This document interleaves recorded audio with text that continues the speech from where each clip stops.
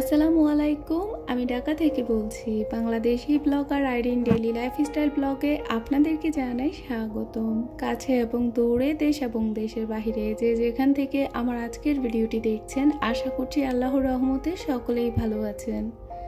আমরা আলহামদুলিল্লাহ ভালো আছি। প্রতিদিনের মতো করে আবারও এলাম নতুন একটি ভিডিও নিয়ে। আশা করছি আমার আজকের ভিডিওটি আপনাদের কাছে ভালো লাগবে, তাই পুরো ভিডিওটি না টেনে দেখে যাওয়ার জন্য অনুরোধ করছি প্লিজ। সকাল থেকে তো আর তেমনভাবে ভিডিওটা আপনাদের মাঝে শেয়ার করতে পারি না, যেহেতু সকালটা অনেকটাই ব্যস্তময় থাকে। সকালবেলায় নাস্তা খেয়ে আয়নকে নিয়ে স্কুলে চলে যেতে হয়, তো তার জন্য সকাল থেকে আর ভিডিওটা শুরু করা হয়নি। স্কুল থেকে এসেছি, দেখছি যে মা রান্নাবান্না করছে, তো ভাবলাম যে আমি একটু বাসাটাকে ক্লিন করি। দেখা যায় যখন আমি বাসায় থাকতাম তখন তো রোজ এই কাজগুলো আমি নিজেই করে নিতাম, আর এখন খুব একটা রোজ এই কাজগুলো করা হয় না। একদিকে দেখা যায় যে আমার শরীরটাও খুব একটা ভালো থাকে না, আর অন্যদিকে আমি সময়ও করতে পারি না। আয়নকে যেহেতু এখন একটু বেশি সময় দিতে হচ্ছে, তো তার জন্য দেখা যায় যে এই কাজগুলো এখন আর রোজ করা হয় না।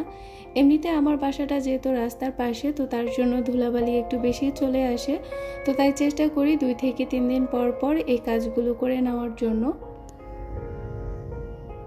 করোনা এসে কিন্তু আমাদেরকে অনেক কিছু শিখিয়েছে, অনেক কিছু বুঝিয়েছে। তো করোনা যখন এই দুনিয়াতে এসেছিল তখন আমি খুব ভয় পেয়েছি, কেননা আয়ান তখন খুব ছোট ছিল, 2 থেকে 3 মাস ছিল ওর বয়স। তো তখন খুব টেনশন হতো, চারিপাশের যে খবরগুলো শুনতাম, শোনার পর এত বেশি ভয় লাগতো যা বলার বাহিরে। তো সব সময় নামাজ পড়ে একটা কথাই বলতাম আল্লাহকে, হে আল্লাহ, এই পৃথিবীতে যেহেতু আমাদেরকে পাঠিয়েছেন, আমরা যাতে করে সুস্থ সুন্দরভাবে এই পৃথিবী থেকে যেতে পারি, সেই তৌফিক আপনি আমাদেরকে দান করুন, আমিন।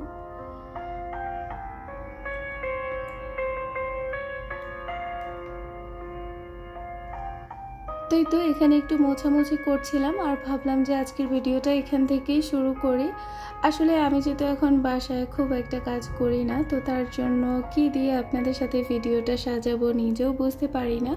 তো টুকটাক যে কাজগুলো করে থাকি আর কি, ওইগুলো দিয়ে দেখা যায় যে আপনাদের মাঝে ছোট্ট একটা ভিডিও নিয়ে আসি। আশা করছি আমার ভিডিওটি আপনাদের কাছে ভালো লাগবে। তবে হ্যাঁ, সেই পুরনো রিকোয়েস্টটি তো আমি সব সময় করি, আজও করব।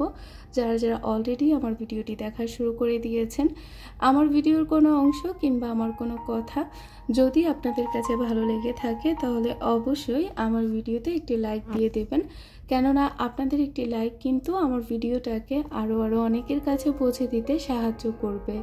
এতে করে আমি অনেক বেশি উপকৃত হব। আর কাজটি যদি অলরেডি আপনারা করে থাকেন, আপনাদেরকে জানাই অসংখ্য ধন্যবাদ।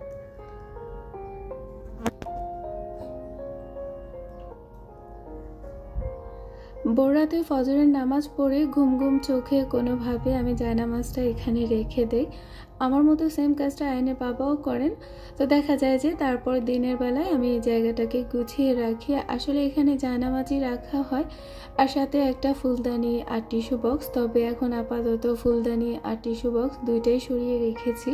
টিস্যু বক্সটা যদি এপাশে রাখি জানালার পাশে, তাহলে প্রচুর পরিমাণ ধুলা পড়ে টিস্যুর উপরে, আর ফুলদানিটা যখন অনেক বেশি বাতাস আসে তখন সেটা বারবার পড়ে যায়, আর সেটা যেহেতু মাটির, তো এটা ভেঙে যাওয়ার সম্ভাবনা থাকে। তার জন্য দুইটাই আমি এখন আপাতত সরিয়ে রেখেছি।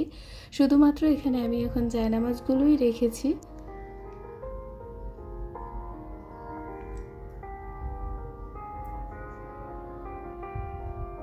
ঘরটা যখন আমি আস্তে আস্তে করে টুকটাক করে গুছিয়ে রাখি, আমার কাছে যে শান্তি লাগে যা বলার বাহিরে। আসলে বাসাটা যখন পরিপাটি করে রাখা হয় তখন দেখতে যেমন ভালো লাগে, তেমনি আবার থাকতেও ভালো লাগে।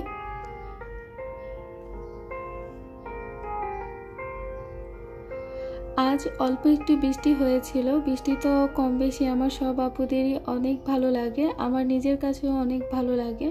তবে বৃষ্টির দেখা এবছর খুব বেশি পাইনি, যদিও অনেক মেঘ আকাশে উড়ে বেড়াচ্ছে দেখতে পাচ্ছি, কিন্তু তেমনভাবে ঝরে পড়ছে না।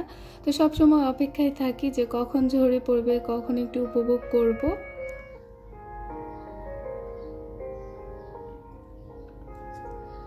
আসলে আজকাল আমি ঠিকভাবে আপনাদের সাথে ভয়েস ওভার করতে পারছি না। টানা যখন আমি কথা বলতে যাই আমার নিঃশ্বাসটা একটু নিতে কষ্ট হয়। তো তার জন্য দেখা যায় যে কথা বলতে বলতে মাঝে মাঝে আমি একটু থেমে যাই। আশা করছি বিষয়টা আপনারা বুঝে নেবেন। আর এই তো এখানে আমি এখন একটু ঘরটা ঝাড়ু দিয়ে নিচ্ছি, সেটা আপনারা দেখে বুঝতে পারছেন এটা বলার মতো কিছুই না, তাও একটু বলে রাখলাম। দেখা যায় যে আসলে আপনাদের সাথে কথা বলতে বলতে মাঝে মাঝে এতটাই হাঁপিয়ে যায় যে কি বলবো তখন ভুলে যাই। তো তার জন্য এটা সেটা বলিয়ে একটু সময়টাকে কাটিয়ে নেওয়ার চেষ্টা করি। যেহেতু আগে আমি রোজ ভয়েস দিতাম তখন আমার একটা অভ্যেস হয়ে গিয়েছিল, কিন্তু এখন দেখা যায় যে একদিন পর পর আমি ভয়েস দিচ্ছি আর তার জন্য আমি ভুলেও যাচ্ছি। আর মাঝে মাঝে আমি এখন এটাই ভুলে যাচ্ছি যে আমাকে ভিডিও করতে হবে আর সেটা আপনাদের মাঝে শেয়ার করতে হবে। তো যখন আমি ভিডিও দেওয়ার সময় হয় তখন আমার মনে হয় যে আজকে ভিডিওতে আমি আপনাদের সাথে কী বা শেয়ার করব, কী বা আমার শেয়ার করার আছে, তখন কিন্তু খুব টেনশন হয়। তো সব কাজ শেষ করেছি আর বাসায় দেখা যায় যে হিসাবের অতিরিক্ত যদি কখনো ভুল করে একটা দুইটা রুটি হয়ে যায় সেটা কিন্তু কেউ খেতে চায় না, এমন একটা অবস্থা হয়ে যায়। তো দুপুরে কাজ করার পর মা বললো যে একটা রুটি আছে সেটা খেয়ে নাও। তো কি আর করব, এটা তো খেতেই হবে। তো তার জন্য এখানে বসে বসে আমি রুটিটা খেতে বসে পড়েছি, দেখতে পাচ্ছেন বসে বসে খাচ্ছিও।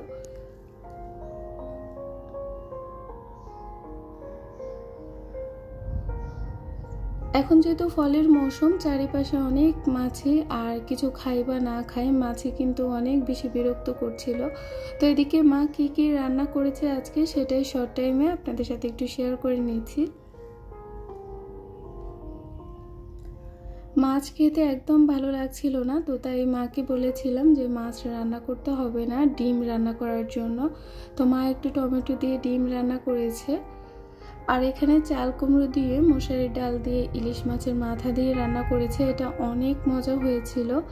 আসলে আজকাল চাল কুমড়ো মনে হয় যেন একটু বেশি মজা হচ্ছে। রিসেন্টলি আয়নের বাবা কয়েকটা চাল কুমড়ো এনেছিল, যতবার রান্না করা হয়েছে খেতে কিন্তু ভালোই লেগেছে, খারাপ লাগেনি।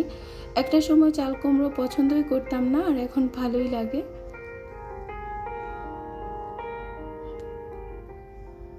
এখানে মা একটু শুটকির ভর্তা করছিল শিলপাটায়, তো সেটাই আপনাদের সাথে শেয়ার করছিলাম অল্প করে। পেঁয়াজ রসুন কাঁচামরিচ দিয়ে এখানে বাঁশপাতার যে শুটকি বলা হয় সেটা দিয়ে একটা ভর্তা করা হচ্ছে।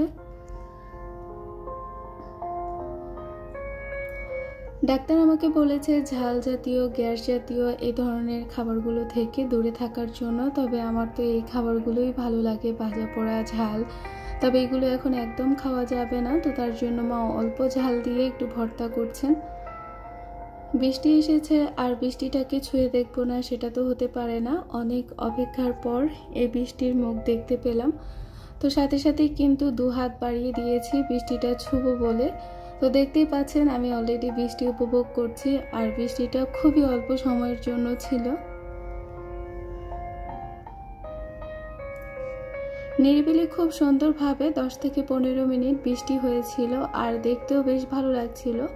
তো হাত ভেজানোর জন্য যে শুধু আমিই ভারিয়ে দিয়েছি এমন না, দেখতে পাচ্ছি যে আমার সামনের বাসা থেকেও ছোট ছোট কিছু হাত বের হয়ে আসছে, দেখতে আমার বেশ ভালো লাগছিল। তো তাই ভাবলাম যে আপনাদেরকেও একটু দেখাই যে বৃষ্টি শুধু আমি উপভোগ করতে আসিনি, আমার সাথে কিন্তু ছোট ছোট আরও কিছু বাচ্চারাও এসেছে।